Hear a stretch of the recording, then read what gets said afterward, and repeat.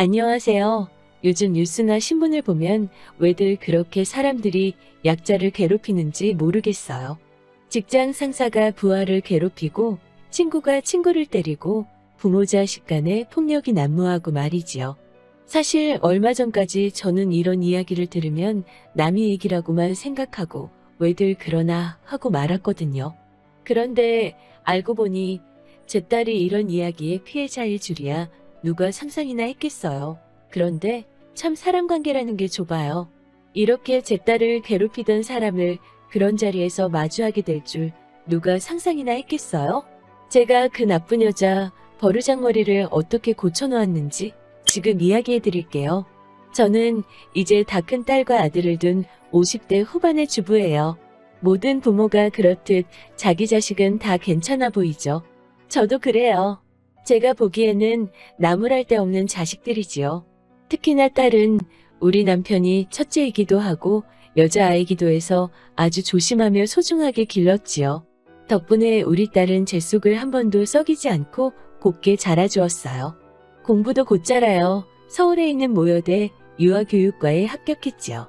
딸이 합격 소식을 알렸을 때 얼마나 가슴이 뿌듯하던지요. 사실 남편이 생각보다 이른 나이에 명예퇴직을 하면서 집안 형편이 급격하게 기울었거든요. 그래서 아이들이 고등학교에 들어갔을 때 뜻하지 않게 맞벌이를 하게 된 거죠. 저는 대형마트에서 판매원으로 일하며 아이들 뒷바라지에 힘썼고 남편도 아는 사람 가게에서 회계 일을 담당하며 그렇게 가정을 꾸려나가고 있었어요. 덕분에 아이들에게 남들 다 아는 사교육 한번 마음껏 시켜보지 못했네요. 그런데도 첫째인 딸아이가 턱하니 좋은 학교에 합격을 해오니 제 마음이 어땠을지 상상이 가시겠지요? 그런 딸아이는 졸업 후 바로 대형 유치원의 선생님으로 취직을 했어요.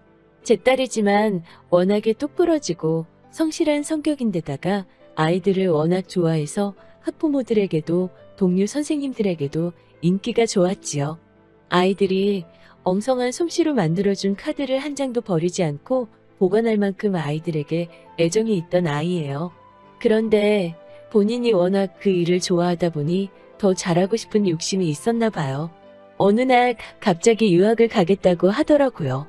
그렇게 본인이 벌어서 모아둔 돈을 가지고 캐나다에 가서 영어 공부도 하고 영어 교사 자격증도 따왔더라고요. 장하더라고요.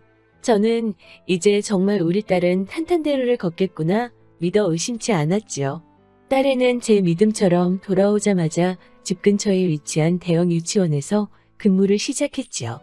집에서도 가깝고 유명한 곳이라서 정말 잘 됐다고 기뻐했지요.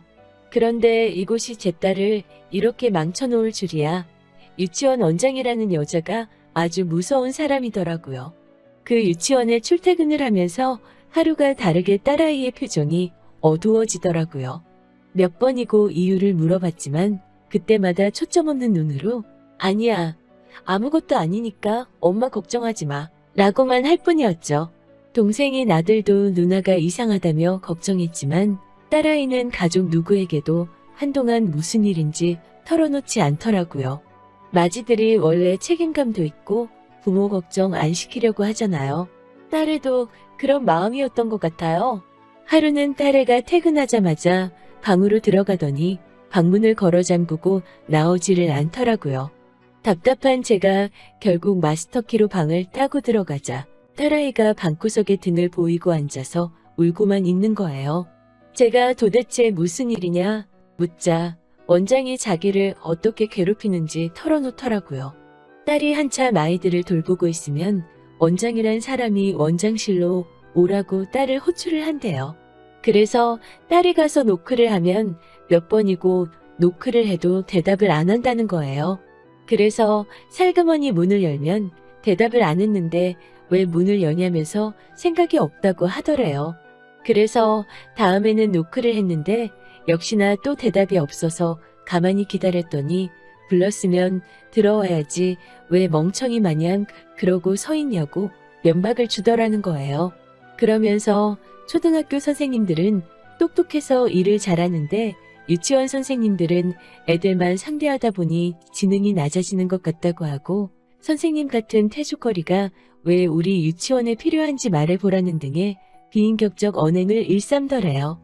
게다가 원장이란 사람이 애들한테 가서 선생님 가슴을 한 번씩 만져주세요라거나 선생님 치마 안에는 뭐가 있을까? 무슨 색일까라는 소리를 하더라는 거예요.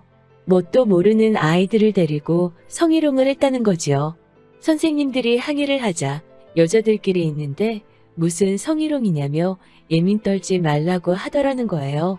게다가 원장이란 사람이 아이들한테도 어찌나 야박한지 아이들 식사 시간이 되면 정말 조각난 감자개수까지 확인을 해가면서 나눠준다는 거예요. 그게 영양을 생각해서가 아니고 아까워서 그런다는 거죠.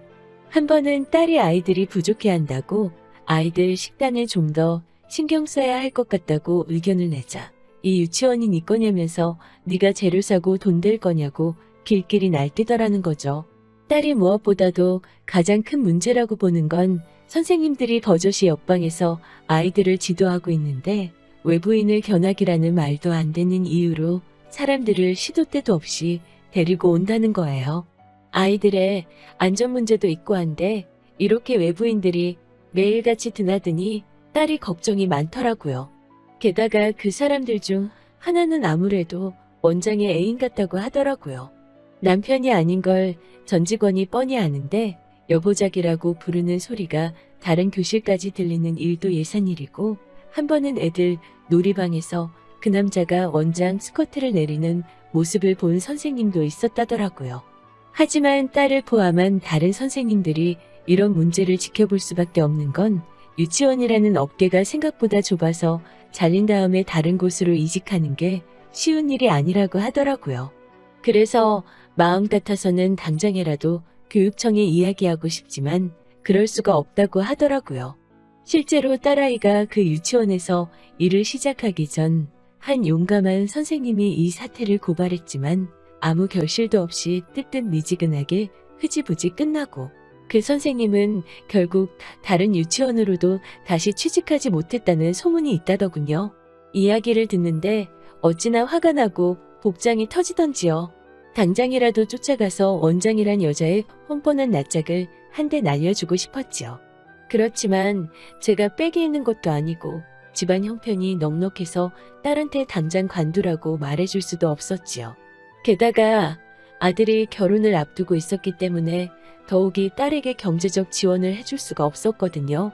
그저 못난 부모인 제 자신을 탓하는 것 말고는 할 수 있는 일이 없었지요. 마음이 참 아팠어요. 그런데 진짜 사람이 항상 착하게 살아야 한다는 말이 맞는 말이더라고요. 아무리 한국이 좁디 좁은 땅이고 2다리만 건너면 아는 사람이라지만 그 여자는 감히 상상도 못했겠지요. 내 딸과 나를 그런 자리에서 마주할 줄 말이에요. 아들에게 여자친구가 있다는 건 진즉에 알고 있었어요. 아들 말로는 통통 튀는 매력을 가진 아가씨라고 하더라고요. 부모님은 어떤 분들이냐 묻자 어머니는 교육자이신데 성격이 조용하시고 느긋하시며 아버지는 지역 내 유지인데 평판이 아주 좋은 분이라고 하더라고요. 조건만 들었을 때는 솔직히 우리가 오히려 기우는 쪽이라 내심 걱정이 되었지요. 좋은 대학교 졸업해서 좋은 회사에 다니고 있는 제 아들이 제 눈에는 그 어떤 연예인보다도 멋있어 보였지만 다른 사람들은 또 다르게 볼 수도 있으니깐요. 그래서 제가 그쪽에서는 너 보고 뭐래? 마음에 들어 하시디? 라고 묻자 아니나 다를까 아들이 말하기를 사실 처음에는 그 집에서 자기를 별로 좋아하지 않았다고 하더라고요. 그런데 여자친구가 우리 아들이 없으면 못 산다고 죽는 신용까지 하는 판이 되니까 어쩔 수 없이 허락한 교제였다고 하더라고요. 아들이 그런 대접을 받았다고 하니 기분이 영 좋지만은 않았어요. 그런데 일주일 전쯤 아들이 심각한 표정으로 저와 남편에게 할 말이 있다며 부디 화내지 말고 들어달라고 하더라고요. 자라면서 한 번도 그런 식으로 이야기를 한 적이 없던 아들이라서 도대체 무슨 일로 일어나 걱정이 앞섰지만 한번 말해보라고 하였지요. 그러자 하는 말이 여자친구가 임신을 했다고 하더라고요. 아니 세상에 아무리 요즘 혼전 임신이 혼술하지만 그건 남들 얘기니까 웃어 넘겼죠. 믿는 도끼에 발등 찍히는 기분이 이런 기분일까 싶더라고요. 바른 생활만 하는 듬직한 아들이라고 믿었는데 임신이라니 이걸 어째야 하나 싶더라고요. 고지식한 남편은 사실 며칠 동안 아들을 쳐다도 안 보더라고요. 하지만 자식 이기는 부모 없다고 어떻게 할 수 있나요? 결국 서둘러서 결혼을 시키기로 하였지요. 상황이 이렇다 보니 갑자기 집에 목돈이 필요하게 된 거예요. 그러다 보니 딸애가 그렇게 고생을 하는데도 제가 차마 관두라 소리를 못 해줬지요. 그건 지금도 딸애에게 정말 미안한 마음뿐이에요. 상견례 당일날 장소는 청담동에 있는 한정식 집이었지요. 남편과 저 모두 깔끔하게 차려입고 딸아이도 곱게 단장시켜서 데리고 나갔지요. 딸아이는 나까지 가야 되냐고 물었지만 형제가 많은 것도 아닌데 온 가족이 다 같이 보는 편이 좋을 것 같더라고요. 도착하니 아들의 여자친구랑 부모는 벌써 와 있더라고요. 그런데 저와 남편이 들어가고 뒤따라 들어오던 딸이 갑자기 문 앞에서 얼음처럼 굳어버리더라고요.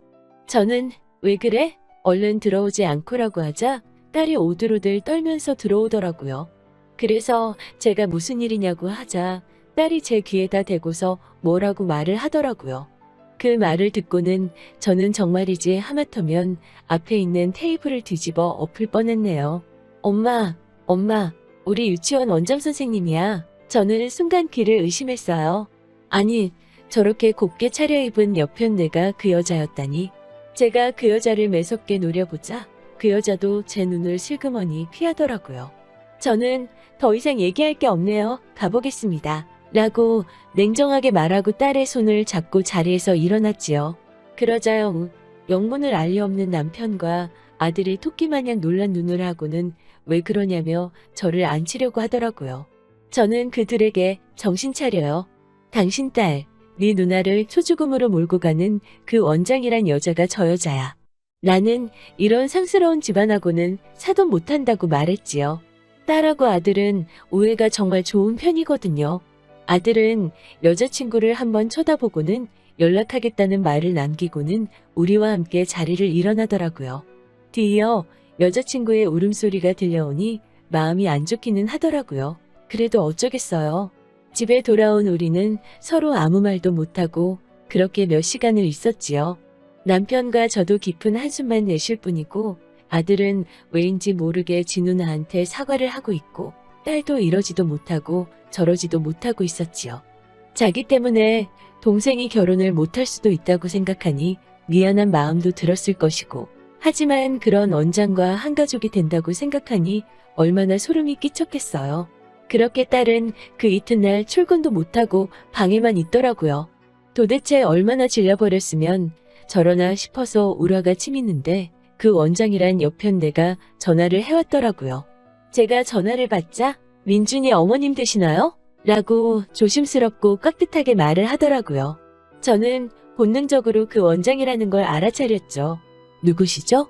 라고 차갑게 묻는 제 질문에 아주 조용한 목소리로 한번 만나 뵙고 이야기를 나누고 싶어요 라고 하기에 저도 그럽시다 라고 말하곤 약속을 잡았지요.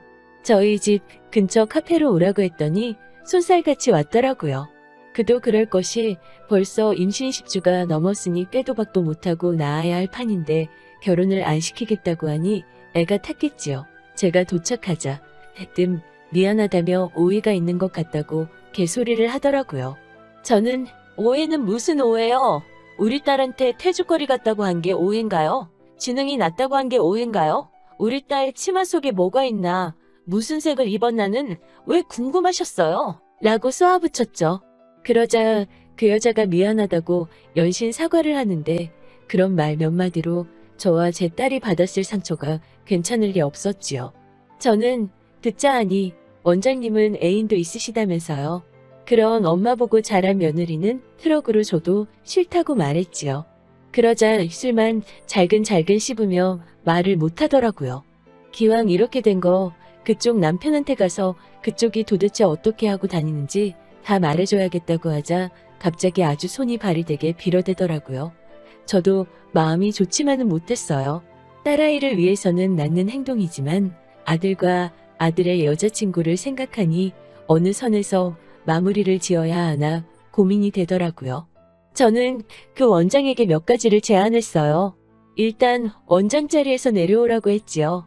그 자리에서 내 딸을 포함한 선생님들한테 그런 포악한 행포를 저지르는 일은 그만두시라고 말이지요. 그리고 내 딸을 포함한 거기서 일하는 선생님들이 이직을 하게 된다면 절대 어떠한 개입도 하지 않겠다는 각서를 쓰고 공증을 받아오라 했지요. 그러자 그 여자가 일단은 알겠다고 하더라고요. 그리고 애들 결혼시키면 애들은 우리 집에 들어와서 살게 할 거라고 했지요. 당신이 내 딸을 무슨 인질 대하듯이 한 것처럼 이번에는 내가 당신 딸을 데리고 있어야겠다고 말이지요. 일단은 이 정도만 해두고 딸에게 소식을 전해줬어요. 이 정도면 네 마음이 풀리겠니? 동생이 결혼해도 괜찮겠니라고 묻자 딸은 생각을 좀 해봐야겠다고 하더라고요. 그러더니 그날 밤 딸이 굳게 결심한 듯 이 정도면 될 것 같다고 동생 결혼 허락해 주시라고 하더라고요. 미안하고 고맙고 딸에게 여러 가지 복잡한 마음이 들었지요. 그런데 아무리 제가 이해하려고 했어도 세상 일이라는 게 결국 다 밝혀지기 마련인가 봐요. 원장은 약속한 대로 원장직을 내려놓고 각서도 써주었어요. 딸도 전보다 훨씬 표정이 밝아졌고요. 아들의 결혼 준비도 착착 진행되고 있었지요. 그런데 한두어 달 지났을 무렵인가 아들 여자친구가 우리 집에 울면서 왔더라고요. 얘기를 들어보니 원장의 내연남이 원장의 남편을 찾아가 두 사람의 관계를 빌미로 돈을 요구했다고 해요. 지역 유지 평판에 흠을 내기 싫으면 돈을 내놓으라는 것이었죠. 그런데 남편이란 사람이 돈을 주기는커녕 그런 마누라는 필요 없다며 돈은 못 주겠고 대신에 그 여자를 가져가라고 하고 나선 이혼을 했다더라고요. 며느리 될 새애기에게는 미안한 마음이었지만 한편으로는 꼬스운 마음이 들더라니까요. 제가 이번 일을 겪으면서 다시 한번 세상의 진리나 마찬가지인 결국 다 자기가 한 대로 돌아온다는 걸 다시 배웠네요. 얼마 전에 며느리가 아들을 낳았는데 우리 아들 어렸을 때하고 똑같이 생겼어요. 며느리 말로는 원장은 결국 그 내연남하고 도망갔다고 하더라고요.